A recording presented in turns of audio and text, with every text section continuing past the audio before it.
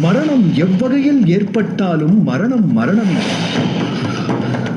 மரணத்தை ஏற்றுக்கொள்வாய், மரணமடைந்த முறையை ஏற்றுக்கொள்ள மாட்டாயா? உங்களுக்கு புரியும்படியே சொல்கிறேன், கேட்டுக்கொள்ளுங்கள். மரணம் ஒரு காரணத்தினால் நிகழ்கிறது. அந்த காரணம் நியாயமானதாகவே இருக்கும். ஏனென்றால் மரணம் காலதேவனின் தண்டனை அல்ல, பரிசு. அதை புரிந்து கொள்ளுங்கள்.